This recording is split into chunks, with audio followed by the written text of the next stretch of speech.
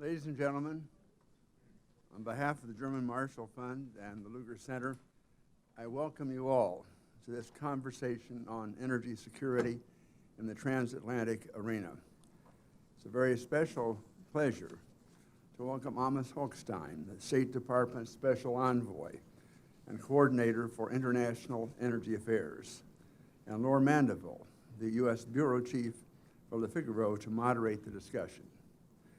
With many crises consuming attention in far-flung parts of the world, it can be very tempting for policymakers to become complacent about the strength of the transatlantic alliance.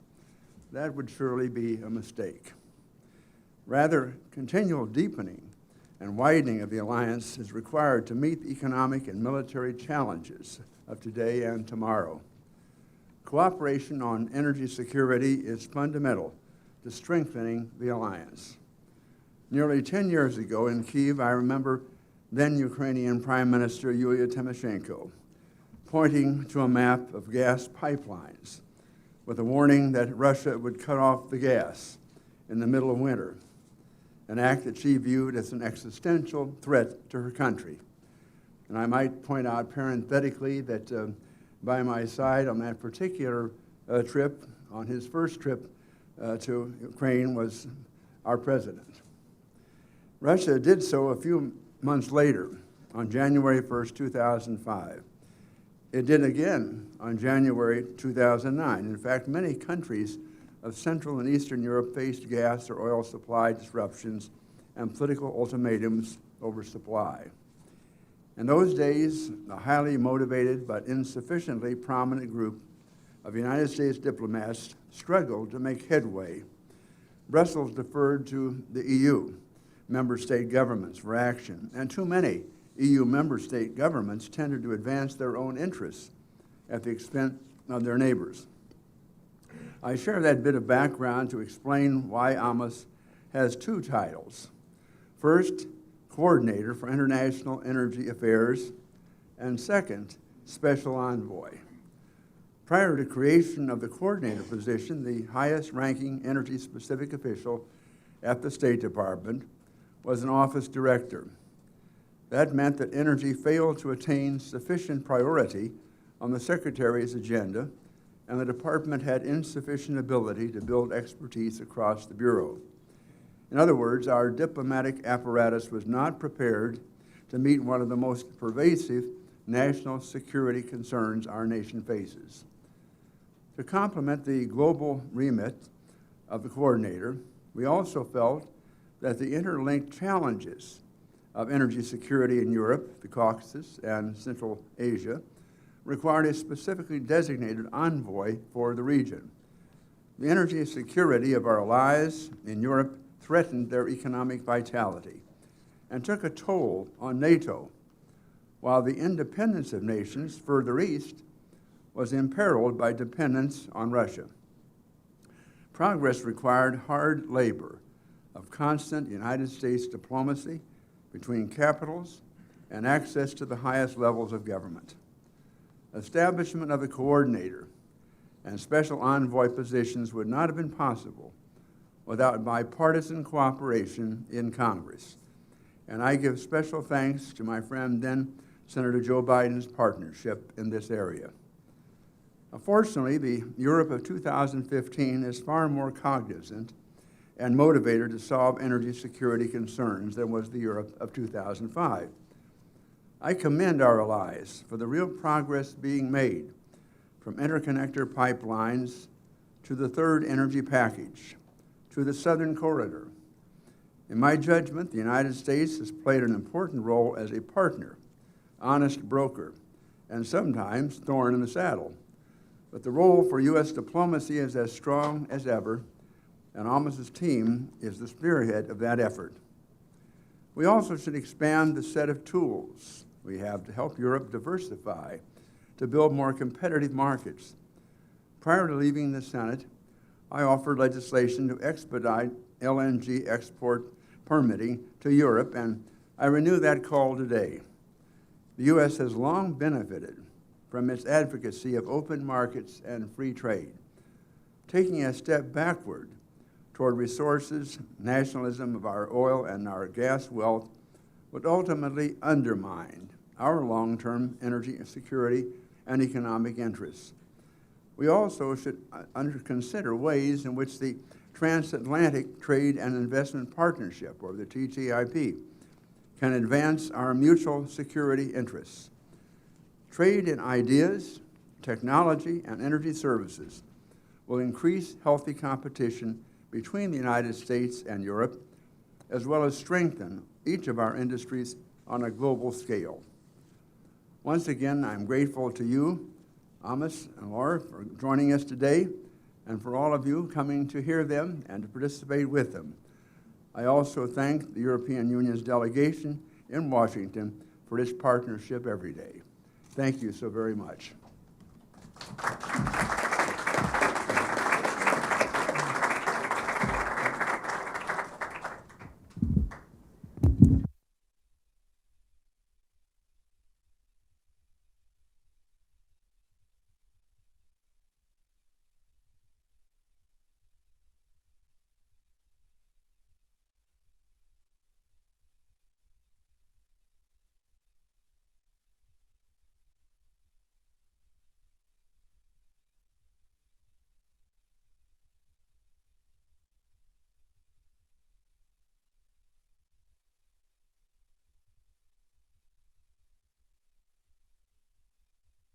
Okay. Can you hear me? Yes? Okay. Good afternoon, ladies and gentlemen. My name is Laure Mandeville. I'm the bureau chief of the French daily newspaper, the Figaro in Washington, and have been here for 6.5 busy years. I'm very thrilled that I was able today to meet Senator Lugar, such a well-respected figure in American politics and especially in international affairs, and a truly example of bipartisan politics in this town. It is a real pleasure for me to meet you. Amos Hochstein, you are the Special Envoy Coordinator for International Energy Affairs. And so we are meeting today in a very important moment. This conversation on energy security is very timely. I remember actually traveling with GMF, the German Marshall Fund, with Craig Kennedy, who was then the president, to the Caucasus in 2005 in the middle of the first big crisis that, Senator, you just talked about. And there was a lot of worry then already, but we didn't yet know that things were going to get much worse and that we would have in 2008 a first, open conflict, hot conflicts in Georgia, and now, sadly, a military war, a conflict, sort of a hybrid war in Ukraine.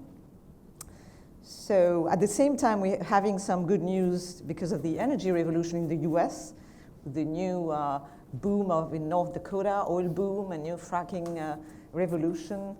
So in this other complicated, but at the same time with some optimistic signals context, I think it is very important for you to talk. And my first question is going to be about Russia, of course. Russia, which remains a key energy provider for Europe, but has also asserted itself as an aggressive, revisionist player in near abroad, and has shown recently its willingness to use gas and oil as a geopolitical weapon. So my question is, how worrisome is the Russian attempt today to perpetuate the dependency of Europe on its oil and gas? How do you assess this current Russia's current energy policies? How worried are you? Well, first, let me say thank you for having me and for being here. It's a real pleasure, and I really want to thank Senator Lugar not only for having me, but for my job. So thank you for. I thought your legislation in 2006 was right on and allowed me to have my job. So just a personal thank you for that. Look, I think the fact that the senator described it as one of the impetus for creating this position was the 2005/2006 events. When things like that happen, and we often talk about it in the context of what Russia's doing in Europe with how it's using energy as a geopolitical tool, we talk about 2005 and again 2009, But it didn't start there. It started earlier. And if you go to the Baltics, they can tell you what happened right after independence. When, again, they were shut down. It seems to always be in the winter. And there's a reason why the LNG facility that arrived in Lithuania recently was named the Independence. These are not accidents. These are not just looking, there is a broader context here. Am I worried? First, yes. Plain and simple, I am. But it's not about whether I'm worried or we're worried. Europe should be worried. All of Europe should be worried. This should not be seen as segmented into Russian gas comes into Europe in different directions. It comes through Ukraine, or it goes directly into Germany, or in other ways. This is what we have to walk away from, whether it's in Europe, or if it's in the Caribbean and Central America, or if it's elsewhere in the world, or in Asia. We cannot have a dependence of a region or a country on a neighbor for its most basic needs. And energy is not telecom, and it's not other sectors. It is a critical sector because it's a commodity that supports almost everything in an economic development. You cannot have social development if people don't have access to power. You can't have economic development if a small business, a micro small business, or medium or large size enterprise can't have reliable and affordable access to power. You can't run a country if you don't know if you're going to be able to heat your homes in the winter. So for all these reasons, we have to work together, whether it's the United States, Europe, and other regions, to make sure that that doesn't happen. I believe that Russia has to continue to be a supplier of energy products into Europe. That will not go away. And there's no reason why it should. It has the largest gas reserves in the world. It has one of the largest oil reserves. It has pipelines and infrastructure. But it should be a player in the marketplace. It should not seek to use cash and money and political influence to create infrastructure that takes away the ability of other sources to come in, using whether it's infrastructure or short-term financial incentives. So am I worried? Of course I'm worried. Because what happened in 2005 and 2009 and earlier in the Baltics happened in 2014. And the gas was shut down. Mm-hmm. Now the EU actions prior to that made it less effective. But it's still there, it's still a threat. And if you look at some of the actions taking place today, they remain a threat. And we're at a very important moment now, because if we don't all get together to work on this and to do the right thing, you're at a moment where you can recommit to new 25-year dependency on new infrastructure. And then there's no turning the clock back anymore.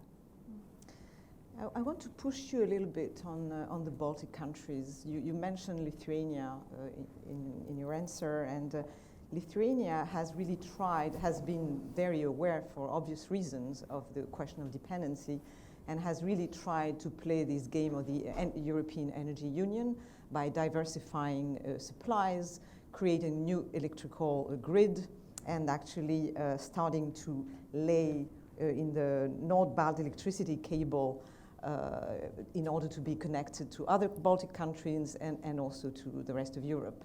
And I think you even aware, they also leased this floating LNG terminal infrastructure. And I think you went there actually for the inauguration of this terminal.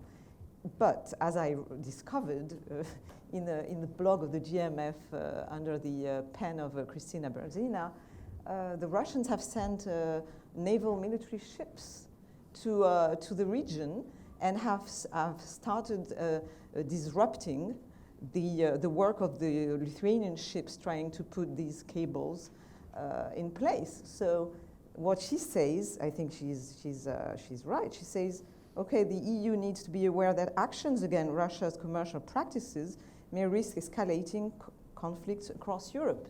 So in other terms, are we seeing a Russia ready to use some kind of military intimidation in order to preserve this monopoly on energy supplies? So yes, I think that the LNG terminal that arrived in Lithuania was a critical point, and why? After all, it's not that much gas. It's not going to be functioning in a way that serves Lithuania instead of Russian gas. So why is it so important? If you look at the negotiations over contracts that Lithuania had with Gazprom, as a result of simply leasing the facility before it even arrived, it was able to renegotiate its contract with Gazprom for a significantly lower price, which paid for the ship itself. And I think that is the critical point. But you have to look at it as a broader picture, which I think you just did very effectively, which is it's not about only an LNG ship. It's about looking at the grid interconnection. It's about looking at the interconnection towards the Nordic states as well as towards Poland, right, with Gipel. So there's different things you have to do. You have to create a full picture that allows that diversification of bringing in the Russian, allowing for emergency supplies from other places, as well as ongoing negotiations with different suppliers. What Russia's able to do on the military side, that's a separate question. It obviously interconnects, and going back to what Senator Lugar said, this is the interconnection of where foreign policy, national security considerations, and energy. This is not an intellectual energy exercise. These have great meaning for national security implications. So how the Russians will react, I don't know.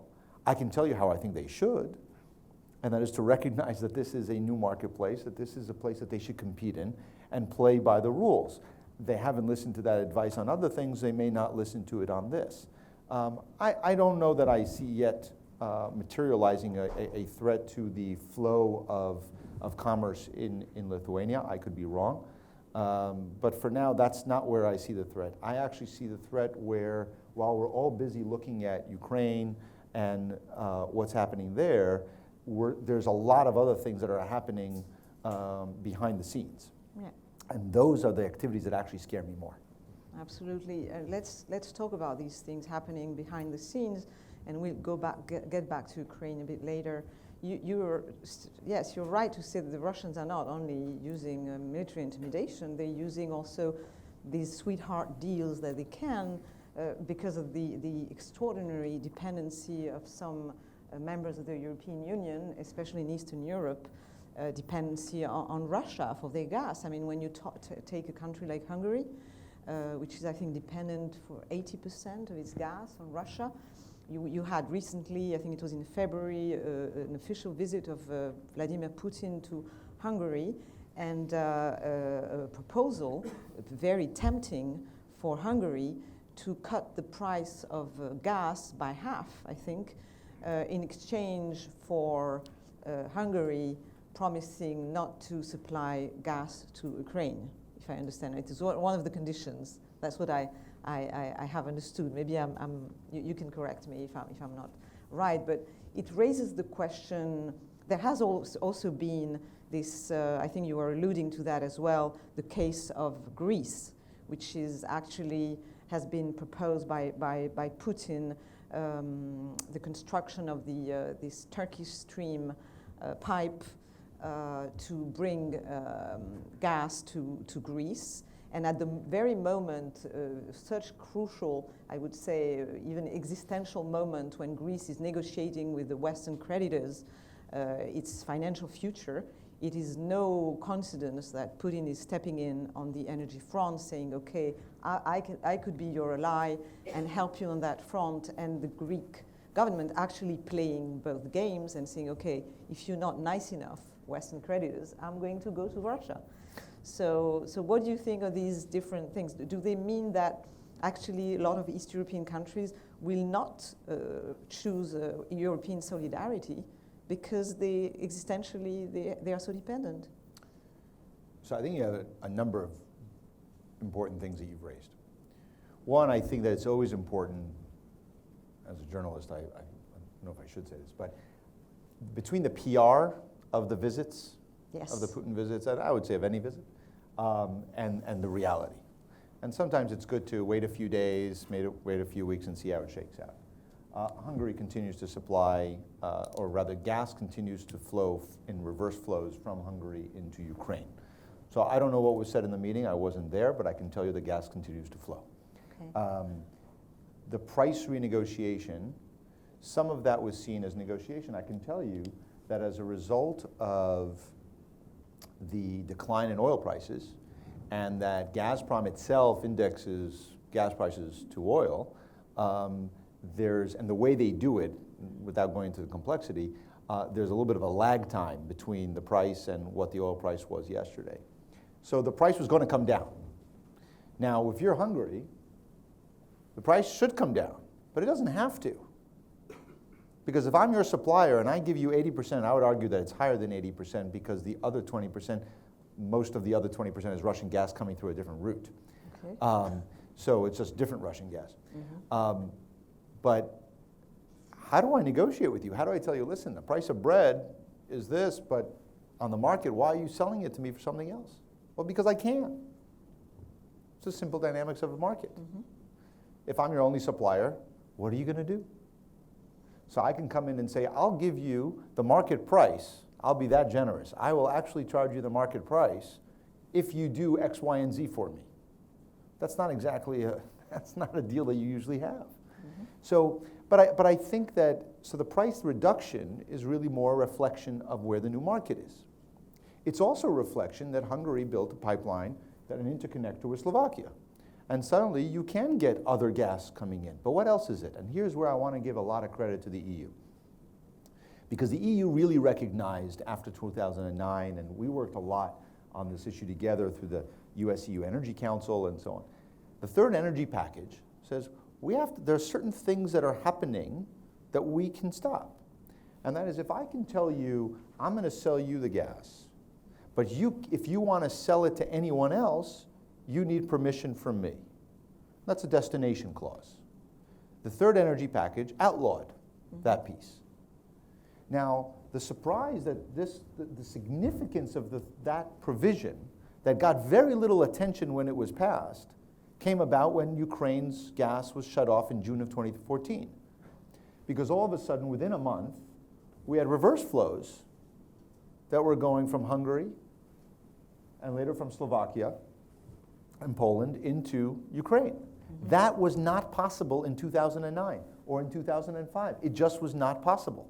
But now it was. And that meant that during the summer when the usage in Ukraine was low, because they use it for heat, you can fill and delay the impact moment. Now, as far as to your point of the vulnerable countries and Turkish Stream and Greece and so on, yeah, you have countries in Europe that, first of all, there are two groups in Europe. Those who get their gas through Ukraine, who are under this constant threat of the relationship between Russia and Ukraine, and there are those who get their Russian gas through other means. So if you look at the different complex projects that are happening, Greece is a critical part of the southern corridor, which is bringing in true diversification, because it's a diversification of the supply itself, it's a Zeri gas, of the infrastructure itself, because it's a new pipe. So it's a real change in resource. So Greece is a critical moment.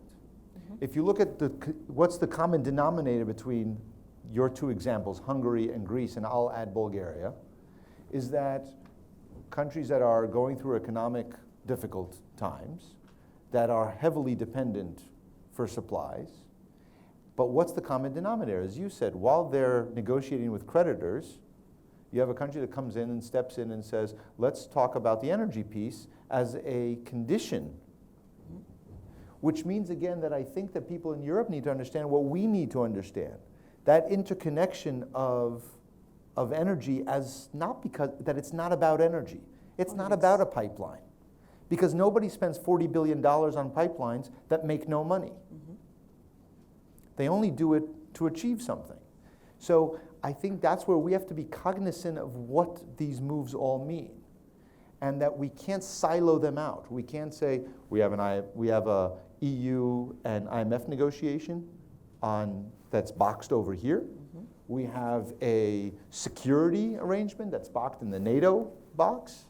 We have an energy relationship that we have to work, and it's in that box. These are all interconnected. They're all interconnected. And the second piece that comes after you redo these pipes is how am I supposed to vote on sanctions or on anything else in an EU Council or in the Commission or in Parliament if I know that this will have an impact on my economy, on my bottom line, on my people. I got to be responsible to the people who elected me. Yeah, but you're talking, sir, as if the EU awareness is really progressing, that actually, in a way, the cause that you are pushing and defending is progressing. But let me ask you, is it really so? Isn't it more, at the moment, it's sort of arm-twisting, sort of really tough battle, geopolitical battle happening, in which actually Russia is also scoring very good points. When you look at it's not an energy issue anymore, but if you look at the political spectrum in France, for instance, which is a major country, you see that you have very important parts of the French right, sort of willing to say, okay, let's stop this. Russia has to be, really part of the solution, and really even ready to give in to some of the Russians' arguments. Also, other countries doing the same. In Italy, a lot of, also incentives. So is it?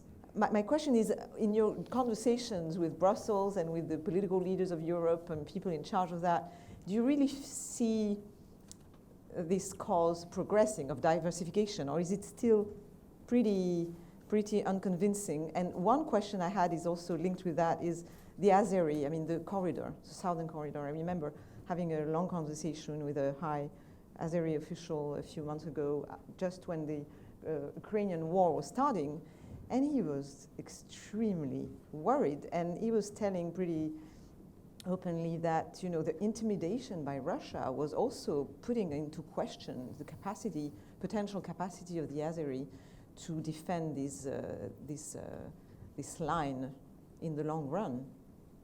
Let me address the first question first. Is there progress in Europe? I think yes. But that's not but Europe's not a monolithic. It's not one country. It's complicated. Mm-hmm. And Europe doesn't mean, there's never one answer when it says, does Europe think? How can anybody? That answer doesn't exist. You can't get 28 answers even. It's multiple. So, but I think there is a recognition. And I think the fact that when Juncker came in, he created the position of a vice president for energy union. I think, first of all, before we can talk about the effectiveness of the position, the creation of the position is a reflection of something. And I think it's a reflection of recognition of the threat, and this is something that we have to do. Different issues in Europe are treated differently. So some sectors and some areas have more power for regulation in Brussels, and in other areas the member states have the lion's share. And on energy, the member states have far more power. That doesn't mean, though, that Brussels doesn't have a very critical role to play. And by the way, you have the PCI, I think it's called, the Projects of Common Interest, which is where how Congress plays a role, which is the power of the purse. If I can fund projects, that means I get to say, if I think this project is good for Europe and not good for your country specifically, then I think if it's promoting what we're trying to achieve, then I'll fund it. And if it's not, then I will not. And so that's a very important aspect of it. If you look at and I'll use the PCI on purpose because it's another sign of progress. In the last commission, the PCI, I think these are supposed to be the priority projects, listed at 243. As Vice President Biden has said on several occasions, if everything is a priority, nothing's a priority. But now, when you look at the blueprint that was presented by Vice President Šefčovič for Energy Union, there were 14. Now, it could grow. We're early days of the commission. It can grow. But I think it's a real recognition that if you look at the 14, they're the ones that we discussed together in the US-EU Energy Council. They're the ones that are not the sexy ones. It's not a mega project. It's not let's build a 1,000-kilometer pipeline and let's build a $20 billion project. It's actually cheaper. If you do 5 or 6 projects or 7 projects, you could really affect the diversification of Europe, just 5 or 6. That's it. But here's the flip side of that, where I say that there's progress but not complete. When you look at Europe within the context of Brussels and the EU, I think there's been an enormous amount of recognition and progress. When you look at it from the member states, then you have individual issues. And a country says, wait a minute, the Russians just announced that they're going to cut off the pipeline to Ukraine in 2019. They're going to build Turkish Stream, and if you guys don't build connecting infrastructure, sorry guys, you're out of luck. So now every country looks and says, well, I got to do what I got to do. So there's that, I think there's that tension, that built-in tension between the member states and Brussels. The second tension is between states that are under threat and ones that are not under threat. Mm-hmm. And that leads to just the last word on this is the word you use, diversification. What is diversification? Everybody in Europe agrees we need a diversification in Europe. But what I've told my bosses is be careful when you hear that, because when people say the word diversification, they're using it very differently. Some mean what I said before, routes and the supply. And supply. Mm-hmm. Some mean, let's diversify away from Ukraine. Give me my Russian gas, but give me any way but Ukraine. Let me get it from any other path. I don't care that I'll have 100% dependency on Russian gas as long as I'm not dependent on Ukraine. And if you look at some of the solutions, quote unquote, that corporations in Eastern Europe are promoting right now, some of them are buying into the cutting off Ukraine. Say we can bypass Ukraine. We'll just have a different pipeline that will go all through, and there's these different complex proposals, and they have very great names, you know, Eastring and Tesla and so on. But they mean one thing. There's a difference of opinion when you say diversification. But I think Brussels, you can't deny that there's been a great change in attitude, and I give a lot of credit for the work that Vice President Šefčovič is doing. He seems to be everywhere all the time, as well as the Commissioner, Arias Cañete, has been very focused on this issue. All you have to do is follow their Twitter account, and you'll see how committed they are to this issue.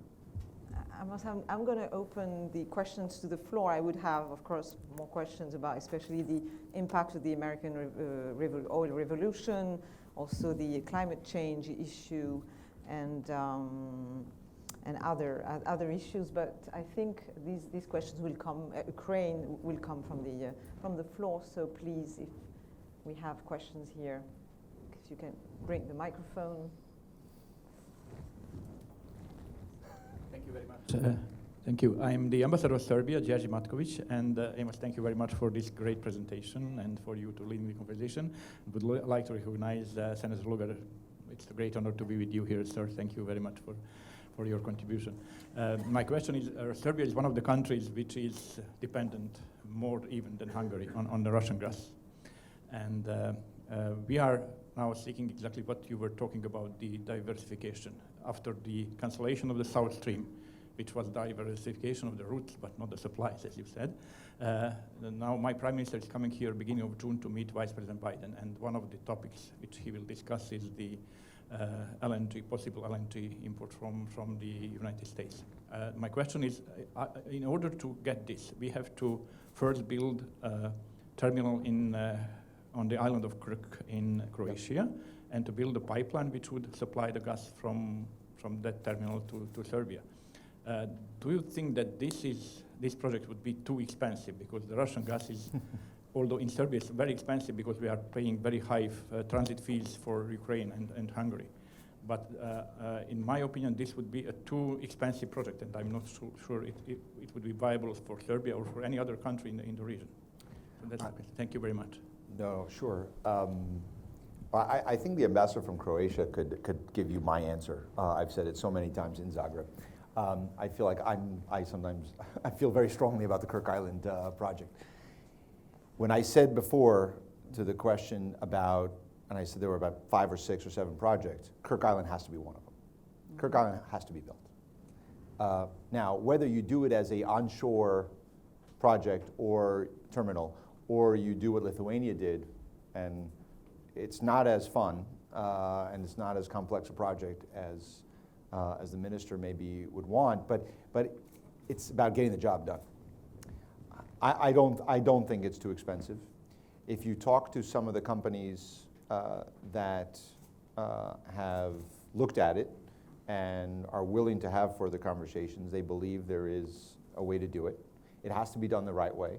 My role is not to really look at the commercial terms, but it's important to understand. When you do these kinds of projects, the EU has to play a role because there are some aspects that interconnect energy with national security. And if you want to look for the future of Europe from a public policy perspective, you have to look at what are the projects that where we, with some money from the EU, from government, can take the edge off of making something from not bankable to bankable. Now, it's not about, I know that you connected it to the US LNG, and I know the senator loves hearing that. But there is it's irrespective of whether or not we change our regulations on LNG exports to Europe, because there is so much gas coming online from the United States onto exports. We're going to be the same as Qatar by the end of the decade. The market is making it more feasible than it was a year ago. If you look at gas linked to oil at $110 versus at $62, it's a big difference. But it's a critical project for the interconnection. Croatia is already interconnected to Slovenia, but only in one direction, from Slovenia to Croatia. It's already integrated into Hungary. It already has a pipeline that even comes down the coast to Split. It already can easily integrate into the rest of the Balkans. There's no reason why, whether it's American or Norwegian or Qatari or Israeli or Cypriot or you name it gas that can come in through Kirk Island. Croatia doesn't need much gas. It already produces some of its own and can supply the region. And if you did another one on the Greek side near the border with Bulgaria and have what we refer to as IGB, the interconnected Greece-Bulgaria, plus the southern corridor, just those three. It doesn't replace Russia, but you don't need to replace Russia. Russia should continue to supply. But that gives you that diversification of resource and routes. So I believe it's doable. I think it's on the list of the of Vice President Šefčovič, and I'm glad that it is. We included it in the statement that Secretary Kerry made in the US-EU Energy Council. Vice President Biden, in his speech in Istanbul earlier this year, specifically mentioned Kirk Island. So I think it's a very important issue, and I look forward to the Prime Minister's visit so we can discuss this a little further. Thank you. There's one question over there. Thomas Lambert, I'm with the Belgian Embassy, and I'll try to please the senator's ears by asking a question about the prospects for US LNG exports to Europe. We can all discuss the geopolitical aspects, but at the end of the day, it's the market that decides. Do you believe that, given the price differential between the two sides of the Atlantic, but adding the transport costs, do you believe that there is a commercially viable model for exporting US LNG to Europe, or would you say it doesn't really matter where it goes, because ultimately it contributes to a global gas market? But my first and real question is there a commercial model for exporting US LNG to Europe? Thank you. I don't think it's a yes or no question. First, I think that as long as you export the gas is any molecule of gas is the same anywhere. Traders are buying most of this gas. It's not going directly to purchasers by and large. So if you have BG, British Gas, buying LNG, contracting to buy LNG out of Sabine Pass in the United States, and technically speaking its buyer, let's say for the sake of the argument, is India or Japan, it doesn't mean that those molecules that leave the United States must go to India or Japan.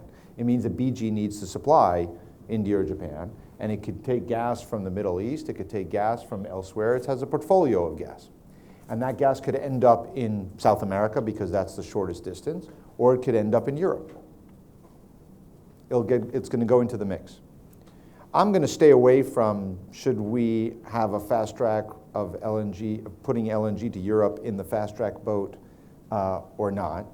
I think that's something that Congress really should look at since they created the legislation to begin with. But I think that the debate over does it have an impact is diminishing, because now that we've licensed close to 100 BCM of gas, once the BCF gas, thanks, that will come online, once the facilities are built, you're talking about an enormous amount of gas that will come onto the market, which means that it affects everybody's supplies.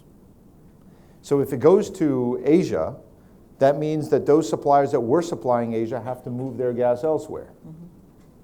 And the same happens when it just means that the market got another big resource. And remember, we're going to have yet another Qatar join the market in size by the end of the decade. That's in Australia, where Australia will again, that will add. So now you went from 1 Qatar to 3 by the end of the decade. So you can have a lot more gas coming on the market that will dictate, and then what we're looking at is, will gas continue to be linked to oil prices, or will it get more and more independent and delinked from oil? I don't know the answer to that yet.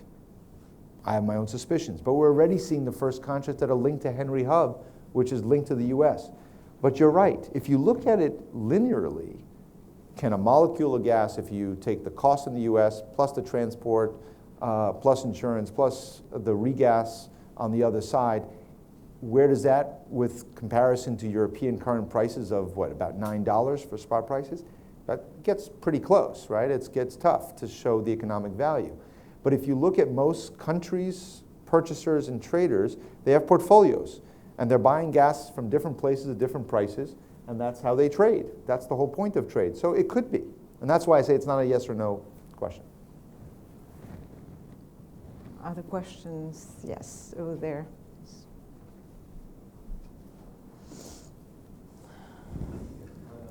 Michael Lee, German Marshall Fund. You've strongly supported Israeli exports of gas in the future to its neighbors, to Jordan, to Egypt, also has a wider geopolitical significance. Do you see some of the obstacles that have appeared in recent times now being removed?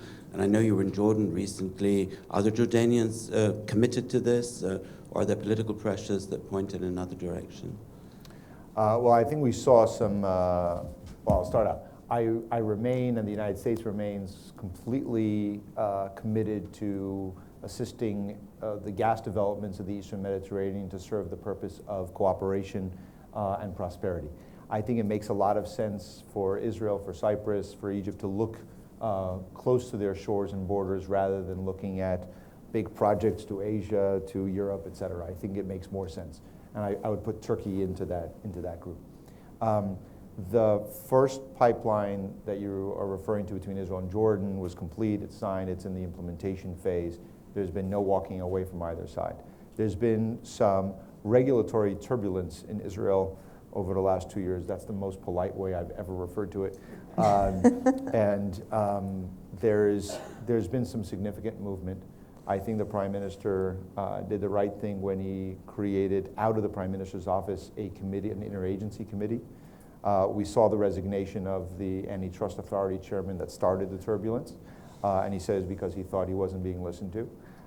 We'll see what happens. I think if they can get their act together and get back to actually producing gas that they found instead of leaving it on the ground and losing money by waiting, we can get back to the motions of the interconnections. It makes total sense. Egypt is a natural consumer. It has a shortage of gas. And think about it, a country that used to be one of the largest LNG exporters is just had an LNG facility to import gas. And I will say that I think yesterday, Jordan in Aqaba had a floating LNG facility start. And just to say, if Jordan and Egypt could do it, so can Kirk Island. But I think that I'm very bullish on it. I think that we are going to move forward, and it's a big priority, and I think it makes a lot of sense to the region. Okay, here another question. Thank you. I'm Rafael Danziger with APAC, an advisor to APAC now, and it's a follow-up on a previous question with regard to the Israeli gas and the Cypriot gas. Turkey is part of the picture too. Yep. But so far, it's playing, okay, I'll just be polite too, a role that's not particularly helpful to the project. Can you talk about Turkey's role and how it affects the situation of Israeli Cypriot gas? Look, I don't think this is a region that's really all that simple, ever. And what we've successfully done with the gas is you've taken the Israel-Turkey relationship, the Cyprus-Turkey relationship, the Israel-Lebanon relationship, the Egypt-Turkey relationship, and we've taken all those complicated relationships, we've tied them all up and put them in one bowl, which is a complicated thing to do. I think I've never been more optimistic. I've gone up and down in my optimism, pessimism, cautious pessimism, quite a bit over the last few years. But I think that we've seen some movement in Cyprus. I think I'm hopeful that we could see progress there. I think that has a direct impact on what happens with the gas. I think ultimately Turkey sits in a geostrategic location of interconnected already into Europe. It's interconnected into the Caucasus. It can be into the Eastern Mediterranean. So I think it makes a lot of sense for it to be there. There's a window, though. And if Israel gets its act together and is successful in doing that, and it's able to get Noble and Delek to continue to resume the willingness to develop Leviathan, which is a large gas field, then that window starts to close because commercial deals will be signed either with Egypt, with Jordan, with others. And if we wait too long, then Turkey will not be able to be a purchaser of that gas in this phase. I think it's incumbent on all countries in the area to use the gas not as a leader of the political process, but as an incentive for it. And I think you can't ever overestimate the importance of the gas because people are not going to abandon very strongly held positions on the political side because of the gas. But I think it is a consideration. And it's the one thing that has changed in Cyprus since we began the different phases of talks over the last 35, 40 years. And I don't think we should overlook it either. So it's not the leader, but it's a really good incentive to reach an agreement. And if there's an agreement reached there, I think that will change the dynamic. And the commercial ties between Israel and Turkey, I will say, have blossomed and have grown quite a bit, even during more difficult political tense moments. All right, that will be the last question, I think, because we have 5 minutes left. So, please. An investor in Middle Eastern gas. I have a question for you. What happens to Iranian gas and oil once the sanctions are lifted, and what's the impact on the Middle East energy market? How much time do we have? And that's 4 minutes for Iran. I can do it in less. First, I'll switch the premise of the question a little bit, if you don't mind. I'll say, if sanctions are removed, if a deal is reached, if sanctions are removed, first, I think that will take time, both of those. Look, Iran we know it was exporting at about 2.5 million barrels a day of oil in 2012, prior to the latest sanctions that came in that put limits on the exports. It's now down on the crude oil side to about 1 to 1.1 million barrels a day. Will they grow from there? Of course. Will they take back some of their market share? Yes. The price environment that they're starting in today versus where they were when they were exporting 2.5 million barrels a day is very different. It's 40% lower. On natural gas, Iran has the second largest reserves in the world after Russia, and yet up until recently was a net importer of gas because it imported quite a bit from Turkmenistan while it was exporting to Turkey, with some swaps with Armenia and so on. But it was a net importer. Developing gas takes time. These are fields that will require, so if the sanctions are removed, and if the political environment and financial environment are there that allows for companies to decide that this is viable and commercially available to do, then you'll see over time. I don't think you'll have big moments of all of a sudden you have a flood of oil, except for maybe the storage piece at the beginning, right? They have, 30 to 50 million barrels of oil in storage, so some of that will come out early on. But it'll all be gradual. Will it affect the markets? Of course it will. And I think we all know that. And I don't think there's a reason to pretend that it won't. I think that creates nervousness inside OPEC and outside OPEC. But I think, and I'm going to connect this to something that you said before, The difference also is that OPEC doesn't drive the price anymore the way it did in the past. It's still a very, very important and critical element of the oil market, but what the U.S. shale development did was added a democratization and market element into oil pricing. Because if you cut production and you achieve a increase in oil price, then the likelihood is increased production in the United States on shale and loss of market share. And that creates that element that never existed in OPEC before, and Iran's going to have to play into that. There's also an increase in production out of Iraq, and we're seeing increases in production elsewhere. So I think it's a fluid dynamic. I think on gas, I don't think it plays into the market dynamic all that fast. I think you hear about a new pipeline every day that Iran's going to build, one's to Pakistan, one's to Oman, one's to Iraq, one's to Europe. But I think for now, the play is on oil. The gas, I think, would take a lot more time to develop, and even then, you have to build the infrastructure that will support it. If I may add a comment? A drop in the price of oil from the Saudi perspective. From the Saudi perspective, Yeah. was aimed at Iran and Russia. The price of oil is now not because of shale oil, but because the Saudis want to punish Iran and they want to punish Russia for support of Syria.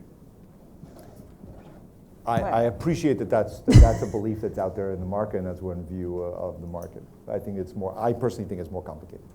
I wanted, dear Amos, to thank you very much for this wonderful conversation, and I think it's truly, your competence and also the passion really with which you defend the cause of energy security for Europe is really, in a way, sort of heartening. And so, I would say we could say with confidence that in a way it shows that America and this administration are repivoting towards Europe. Those are your words. That would be a good conclusion. Thank you very much. Thank you.